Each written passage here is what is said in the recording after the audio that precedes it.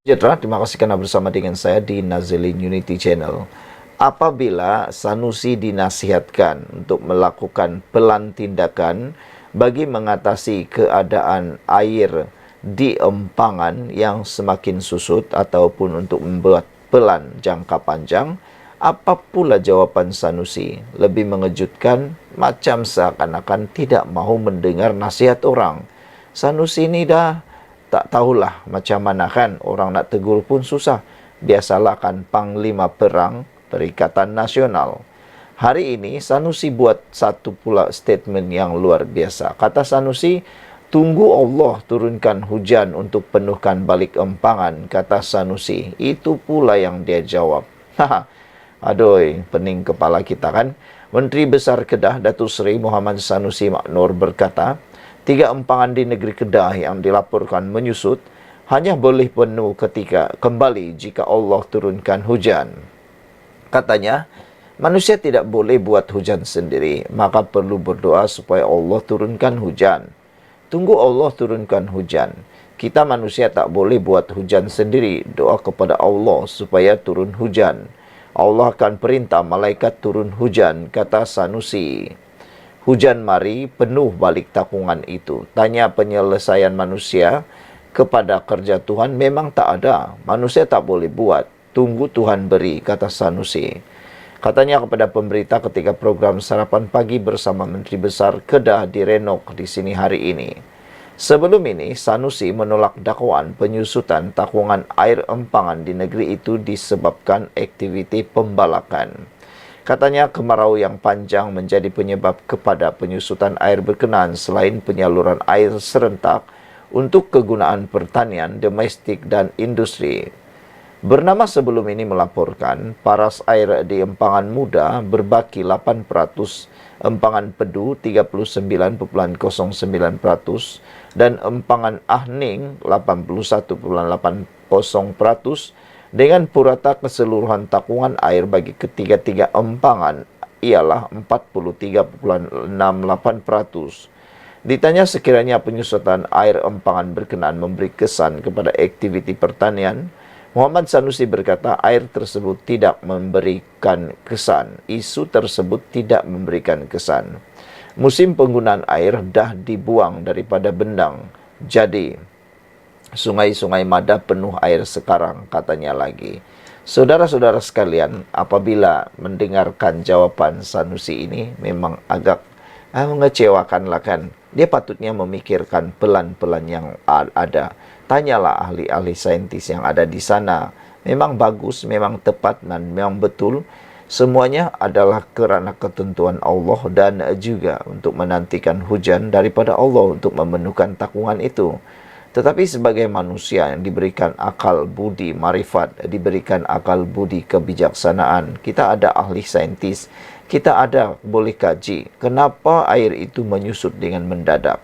Adakah memang benar kerana disebabkan oleh isu pembalakan atau disebabkan oleh hal-hal yang lain? Saudara-saudara sekalian, inilah pemimpin yang Anda pasti akan menjadikan Anda bingung. Nah, banyak saja jawaban daripada Sanusi yang boleh difikir-fikirkan semula oleh para penyokong beliau.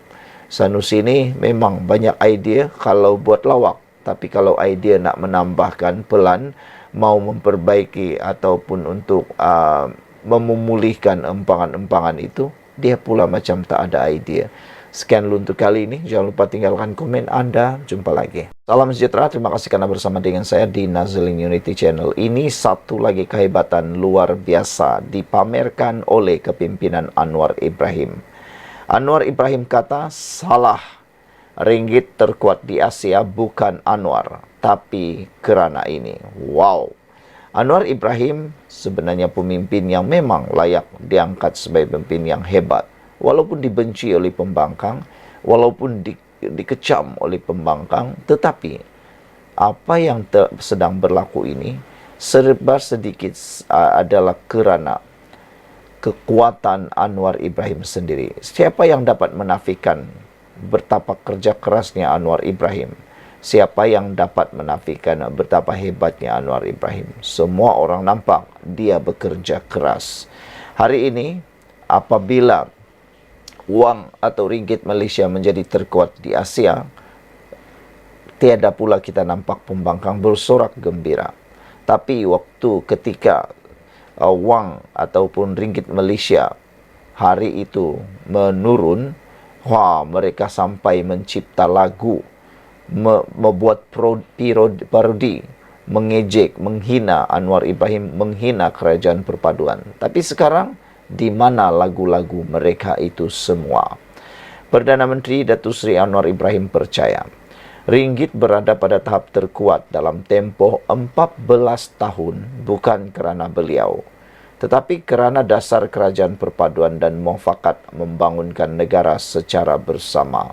Saudara, kalau Anwar Ibrahim nak mengambil kredit atas apa yang berlaku, kemajuan, kekuatan ringgit yang ada berlaku sekarang, pasti dia boleh ambil kredit. Tapi kita bersyukur ada pemimpin yang tidak suka masuk bakul angkat sendiri. Tapi ada pemimpin pembangkang tu dia memuji diri sendiri, masuk bakul angkat sendiri. Anwar Ibrahim tidak. Dan lebih daripada itu, kita terkejut apabila wang ringgit Malaysia sekarang mengukuh 14 tahun. Tidak pernah berlaku selama 14 tahun. Tapi kini kembali semula kepada kekuatan yang sebenar.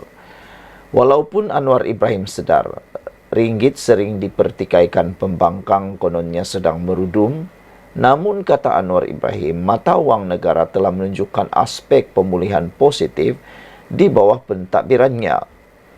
Ringgit juga paling kuat dalam Asia. Kerana apa? Bukan kerana saya, kata Anwar. Bukan kerana Anwar. Ini kerana dasar kerajaan, kerana muafakat kita, katanya. Pelaburan datang. Kalau tengok rekod puluhan tahun, orang yang pernah dalam kerajaan persekutuan tahu, belum pernah sambutan pelabur sebegitu rupa. Bukan kerana Anwar, tetapi kerana Anwar mewakili negara Malaysia yang kini bangun sebagai negara hebat di rantau ini, kata Anwar Ibrahim ketika berucap pada Konvensyen Keadilan Sabah hari ini memetik laporan bernama. Anwar berkata, ketika mewakili Malaysia ke luar negara, beliau sentiasa mempromosi negeri-negeri termasuk Sabah, supaya negeri tersebut dijadikan destinasi pelaburan terutama dalam sektor pelancongan. Tiap tempat saya pergi, ke China, Jepun, Jerman, saya tidak pernah tinggal mana-mana negeri. Saya sebut ada ruang pelaburan minyak dan gas, pelancongan, teknologi baru, peralihan tenaga termasuk negeri Sabah. Saya wakil Malaysia dan wakil negeri Sabah, katanya. Dalam pada itu Anwar berkata, rakyat Sabah perlu menilai sebaiknya pemimpin yang melaungkan sentimen Sabah untuk Sabah dan menasihatkan rakyat negeri ini supaya tidak tertipu dengan pemimpin yang melaungkan sentimen itu hanya untuk kepentingan diri mereka sendiri semata-mata.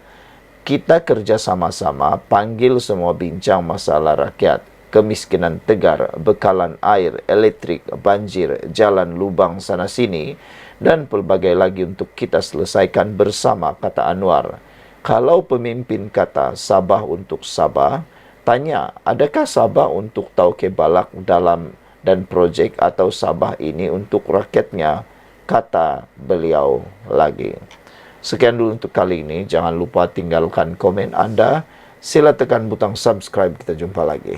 Salam sejahtera, terima kasih karena bersama dengan saya di Nazilin Unity Channel. Ini berita paling sadis, paling menyedihkan berlaku dalam PRK Nenggiri melibatkan Parti Bersatu. Hari ini disahkan 12 cawangan bersatu di Gua Musang tutup, manakala 480 ahli telah menyertai UMNO, kata Ahmad Zahid Abidi. Dan yang lebih seru lagi, dalam beberapa laporan berita di tempat yang lain menyebut bersatu di Gua Musang ataupun bersatu di Nenggiri, ada yang menyebutnya sebagai telah lumpuh. Apa yang jadi kepada Parti Bersatu, sehingga kan calon untuk pilihan raya pun mereka pinjam daripada Parti PAS, tapi menganggapnya sebagai calon bersatu. Kesian dan juga agak memalukan. Hari ini 12 cawangan Parti Bersatu Gua Musang tutup 480 ahli sertai UMNO. Berita menyedihkan ini, sebanyak 12 cawangan bersatu di Gua Musang ditutup sepenuhnya selepas 480 ahlinya di kesemua cawangan itu bertindak keluar parti dan menyerahkan borang keahlian UMNO hari ini. Borang kesemua ahli berkenan diserahkan kepada bekas timbalan ketua, Timbalan Ketua Bahagian Bersatu Gua Musang, C. Arifin Hussein kepada Pengerusi Barisan Nasional BN yang juga Presiden UMNO Datuk Seri Dr. Ahmad Zainabidi. Timbalan Perdana Menteri berkata, beliau dimaklumkan keputusan mereka meninggalkan Bersatu adalah kerana tidak lagi percaya ataupun telah hilang kepercayaan kepada kepimpinan parti yang memilih bekas ahli PAS sebagai calon pada pilihan raya kecil Dewan Undangan Negeri Nenggiri mewakili Perikatan Nasional. Pemilihan Muhammad Rizwadi Ismail yang merupakan bekas timbalan Ketua Dewan Pemuda PAS Gua Musang sebagai calon ialah taktik mengelirukan pengundi, katanya pada sidang media selepas menerima borang keahlian berkenan ketika program bertemu pengundi di Kampung Dewan Kampung Jerik di sini. PRK Dun Nenggiri menyaksikan pertandingan 1-1 antara calon Barisan Nasional BN Muhammad Azwawi Fikri Abdul Ghani yang mewakili Kerajaan Perpaduan dan Wakil Perikatan Nasional Muhammad Rizwadi yang bertanding menggunakan logo PAS. Sementara itu, C. Arifin mengesahkan dengan keputusan 480 ahli bersatu itu keluar parti dan menyertai UMNO, kesemua 12 cawangan parti itu kini ditutup sepenuhnya. Sekiranya saya kira semua cawangan itu sudah kosong, katanya pada sidang media. PRK Dun Nenggiri diadakan susulan kekosongan kerusi yang diumumkan Speaker Dewan Undangan Negeri Kelantan, Datuk Muhammad Amar Nik Abdullah pada 19 Jun. Berikutan bekas penyandangnya Muhammad Azizi Abu Naim digugurkan keahlian oleh Bersatu pada 13 Jun. Suruhanjaya Pilihan Raya SPR menetapkan hari mengundi pada 17 Ogos manakala hari mengundi awal pada 13 Ogos tidak diadakan selepas kesemua 14 pengundi terlibat memilih mengundi secara pos kerana keperluan mereka bertugas sepanjang tempoh kempen. Kerusi Dewan Undangan Negeri Nenggiri mempunyai 20,259 pemilih berdaftar melibatkan 20,245 pengundi biasa dan 14 anggota polis. Sekian dulu untuk kali ini. Jangan lupa tinggalkan komen Anda. Kita jumpa lagi. Salam sejahtera. Terima kasih kerana bersama dengan saya di Nazilin Unity Channel. Sekali lagi, Razlan pula giliran menyindir Taqiyuddin. Kenapa kakak sanggup tukar bin anaknya, kata beliau. Pemimpin UMNO membalas kiasan Setiausaha Agung PAS Taqiyuddin Hasan yang mengumpamakan Bersatu kurang anak lelaki sehingga memaksa Muhammad Rizwadi Ismail keluar parti dengan menyertai Bersatu untuk menjadi calon. Ahli Majlis Kerja Tertinggi UMNO Razlan Rafi'i berkata, jika Bersatu kurang anak lelaki, bagaimana pula dengan 480 ahli Bersatu yang bertindak keluar parti semalam?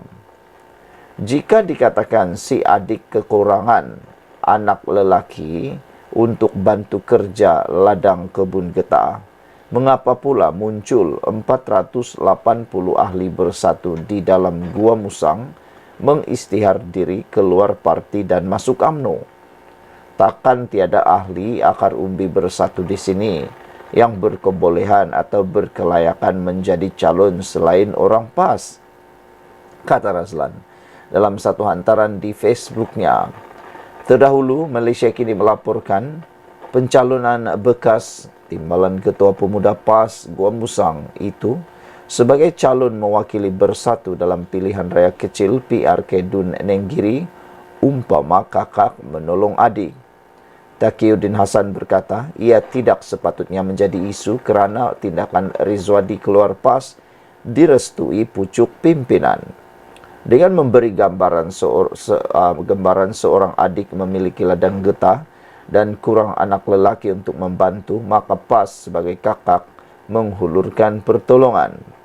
PAS adalah kakak, manakala bersatu adalah adik. Situasi yang berlaku apabila si adik mempunyai ladang, kebun getah yang luas namun kekurangan anak lelaki, menyebabkan dia meminta anak daripada kakaknya untuk membantu. Manakala bagi pihak kakak atau PAS pula, sudah tentu dia akan membantu apabila adiknya meminta pertolongan. Situasi inilah yang berlaku di PR Kenenggiri, katanya ketika berceramah di kampung Bertamlama, Gua Musang malam tadi. Sementara itu, secara sinis Razlan berkata, mengapa seorang kakak sanggup menukar bin anaknya kepada adik? Ia merujuk kepada tindakan PAS membenarkan Rizwadi keluar parti Islam itu dengan menyertai Bersatu. Mengapa si kakak sanggup menukarkan bin anak itu, tapi tadi kepada bin adiknya meskipun niat hanya nak bantu? Kalau nak bantu mudah faham lagi, ialah jika niat PAS nak bantu Bersatu, tak perlulah si calon tersebut letak jawatan sebagai ahli PAS dan menyertai Bersatu, katanya lagi. Saudara-saudara sekalian, itu adalah pendedahan yang memang betul dan luar biasa. Manakan mungkin nak menolong orang kan sehingga nak serahkan anak sendiri. Itu tindakan yang agak kurang bijak, bodoh. Dan sebenarnya kalau benar PAS nak bantu Bersatu dalam pilihan raya ini, tidak perlu nak sampai memberikan pula calon ataupun ahli mereka. Cukup dengan membantu melalui akar umbi, melalui jentera pilihan raya. Tapi memang kelihatan sangat parti Bersatu seakan-akan ada masalah dalaman yang mana tidak mempunyai peneraju, tidak mempunyai calon yang baik di tempat tersebut. Sekian dulu, jangan lupa tinggalkan komen Anda. Kita jumpa lagi. Bye-bye. Salam sejahtera, terima kasih karena bersama dengan saya di Nazilin Unity Channel. Himpunan Pembebasan Palestin, himpunan yang paling berjaya setakat ini, lebih berjaya daripada himpunan yang pernah dibuat sebelum ini. Namun demikian, yang mengejutkan kita ialah ada orang yang ajak supaya memboikot himpunan tersebut. Yang lebih menyedihkan ialah yang mahu mengajak memboikot itu pula ialah daripada parti pembangkang. Hari ini dilaporkan di Harapan Daily, ajak orang boikot himpunan pembebasan Palestin setepak Wan Faisal di Bidas.